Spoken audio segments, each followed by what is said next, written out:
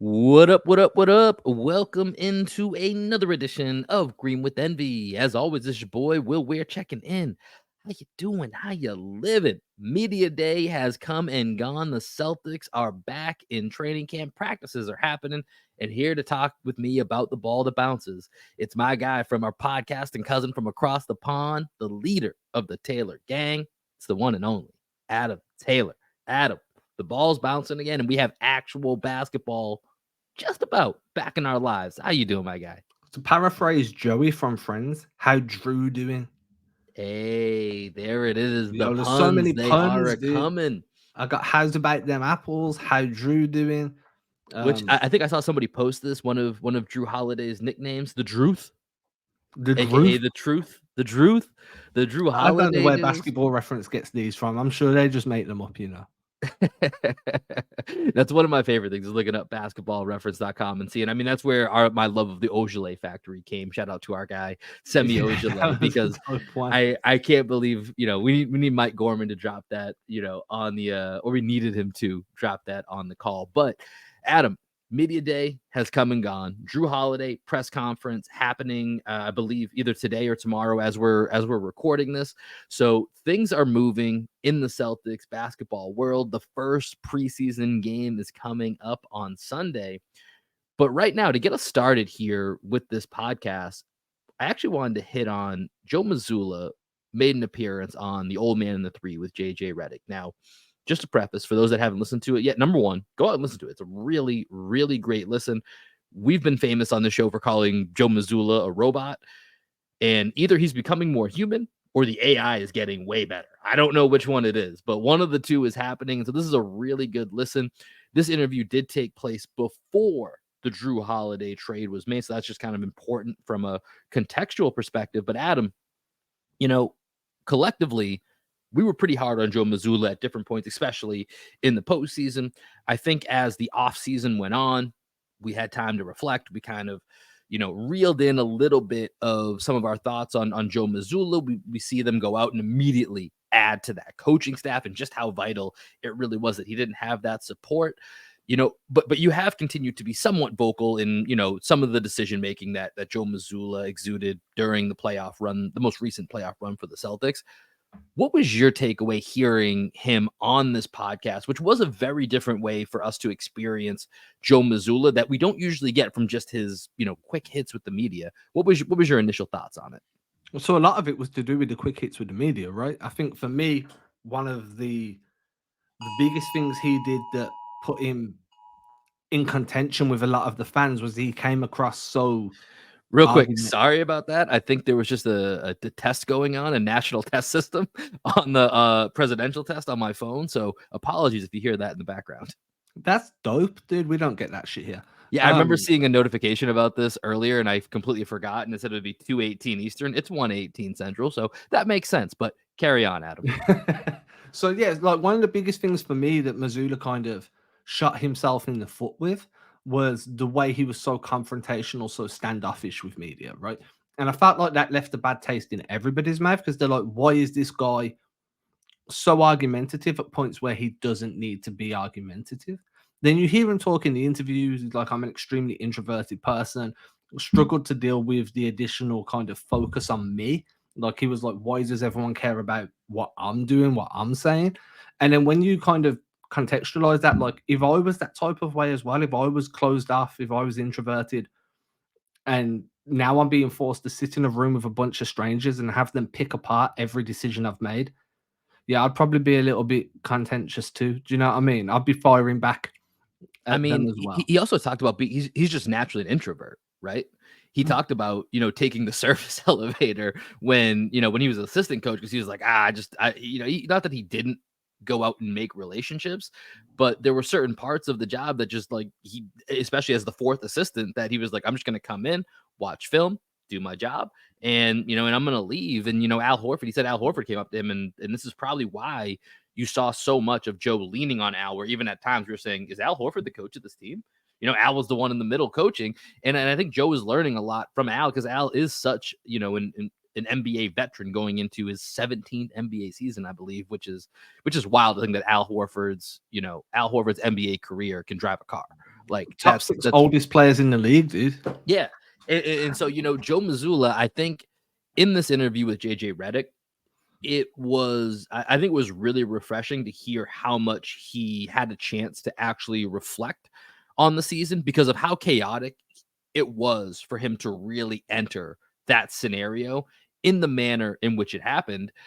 Which, by the way, I also thought it was fascinating that within one of his first moves to try to offer JJ Redick a coaching job twice, The throughout second last time was season. important, right? Because the second time was like midway That All-Star was break. after Damon Stoudemire left. Yeah, when he needed more coaching. So it was interesting to hear him talk about, going through the motions, right? And to try to, and I don't have anything I can compare it to in my life, but to do my best to put myself in Joe Mazzulla's shoes, some of the stuff that felt obvious, whether it was slippage on the defensive end, which I still finished second in defensive rating, but eye test obviously told us, I think, a little bit different throughout the season. And, Joe Mazzulla calling timeouts, and you hear him talk about his philosophy and reasons why he maybe didn't have the proper focus.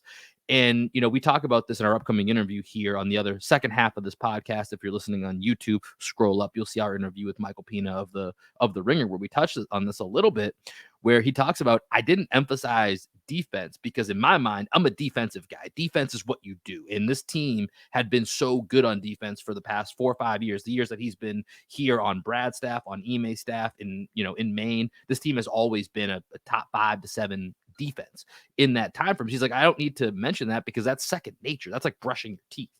Where he wanted to go focus on other areas, and so you kind of forget that you need to see the whole picture. And I think it kind of snuck up on Joe Mazzulla last year. And listening to him in this interview, it sounds like he's saying all the right things as far as being able to take a step back and now look at it from from a 50,000 feet height or whatever, to be able to look down and see everything and not just focus on these individual components.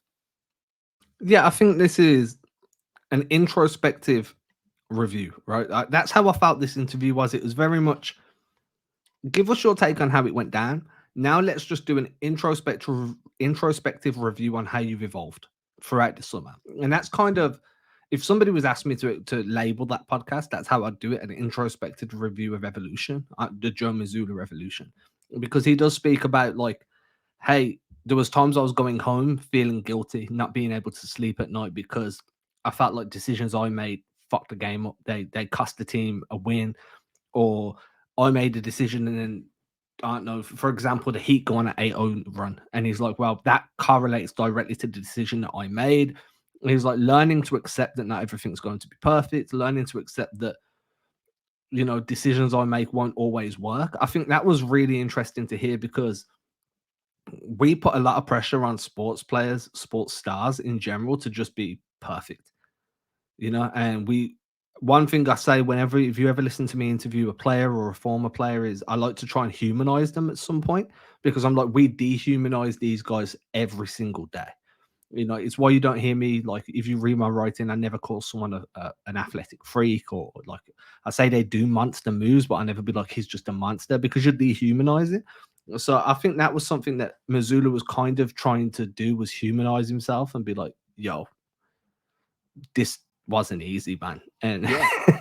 Right. like, And we've said this multiple times. The worst thing was they got to such a good start that it validated whatever your initial, when you're panicking, like, all right, what do I focus on? Okay, the first 2 months of the season, we're on a historic pace. We're 21-4, it's we're all blowing everybody working. out. This is all working. Okay, I'm doing the right things. And then when you need to adjust, it's really hard to do that on the fly. And I think you're right. Like I said, I've called him a robot many times on this podcast. There was a humanizing factor to hearing, all the steps that it took for him to go through that season and how challenging it really was. I mean, I'm going to show my age here. I don't know if you remember the late 80s movies Short Circuit. I feel like I've heard of this. I don't know the movie though. And so it's basically about a robot that comes alive, and he literally just wants input. He wants data. He wants to educate himself. So he goes around. One of the lines is like, need input. And I feel like if you watch that movie and then like a montage of Joe Mazzulla's rookie season, if we want to stick with this robot kind of narrative, like the seasons Alpha 5 getting the input, right? And now he's had time to like contextualize the data, manipulate that data, and now he's coming back ready for Short Circuit 2, where he's got jetpacks and rockets on his shoulders and shit. You know what I mean? He's got new He's got robot weaponry. friends too. He's got Yeah, coaches. He's got robot friends. exactly. And he's got like for the metaphorical sense, he does have new weaponry to use. He's got new ideas. He'll have new voices around him. And he's no longer a rookie, because a lot of the stuff he said, like you said, I didn't realize I needed to harp on defense because to me it's second nature. That's a rookie mistake. You'll hear rookie NBA players be like, "Oh, I was hyper focused on developing, being able to attack off the rip through, and I focused on it so much that I let my point of attack defense slip." Mm-hmm. Because you're a rookie and you're seeing everything in such a narrow scope compared to a veteran that sees the bigger picture and approaches things in a more diverse way. Like, yeah, man, he was a rookie thrown into one of the toughest jobs in the NBA, a contending team with all-star and potentially like an expiring, 2 years left, Mm-hmm. a Jason Tatum, and they're coming off the finals. And everyone loved Ime and at that point because of what the Celtics have achieved under his rookie year. Yep. It was and he doesn't say this in the interview. Sorry, I'm kind of killing the airway here. He doesn't say this in the interview, but one of the things I took from it, and I definitely read into this more, was like he kept saying, I was the fourth assistant. So he was hired over three guys more senior to him. Do you know what I mean? So then trying to get those guys that were above you in that like assistant pecking order to now buy into what you're trying to Yeah. do and see you as the leader of this ship, that's hard, man. Look, because That's they tough. almost have felt slighted. Yeah, and one of the points I was gonna say is he didn't have the proper support, right? The proper staff to be able to get through those because one, a lot of those other guys like Will Hardy was gone, Ime was obviously gone, Damon Stoudemire left 2/3 of the way through the season, and so you're left with like who's gonna be the one to say, hey, here's what we need to change, here's what we need to do because you're too hyper focused on X, Y, or Z. And so I think listening to him with JJ, it gives me a reinvigorated hope for this year that I'm really excited to see what he does year 2 as a coach, year 2 with the proper staff, with Charles Lee, with Sam Cassell, with Bill Pressey, with others that he has brought in. And, Adam, I know you wrote an article. What was the word that the phrasing that he used? Tribal leadership, which Tribal for leadership. for a wrestling, I mean, I'm AEW more than I am WWE, but for a wrestling fan, I instantly like, dude, we need Roman Reigns names instantly. I put it out on Twitter and I got inundated with bots like, do you need Photoshop help? No, I don't. I want someone to just do me a Really, really glad Elon cleaned up that bot problem on Twitter, by the way. yeah. There's no bots on Twitter, apparently. Twitter is there's no such thing as Twitter, it's X. Yeah, whatever it is. But anyways, for those of you listening, definitely go listen to that podcast. I think it will give you either validate how you feel about Joe Mazzulla, or if you were like us, who are a little bit skeptical, not sure, it definitely gives you a much better read and feel on the Joe Mazzulla experience going into year 2. For those of you listening here on the podcast, we're actually going to talk a little bit more about this. We have an interview here that's going to run on the other side of this break. We were joined by Michael Pina, senior staff writer of The Ringer. Really fun conversation getting set up for the upcoming season, especially talking a lot about what the Dame and Drew Holiday moves for the context of the Eastern Conference. And if you're on YouTube and you want to check that out, either go check it out in the audio version or scroll on up. You should have already subscribed, so you probably got a notification. Scroll up, go ahead, click the interview. That will be in the podcast section of the YouTube page. But let's take a break. And on the other side, it's myself, it's Adam, and it's Michael Pina of The Ringer.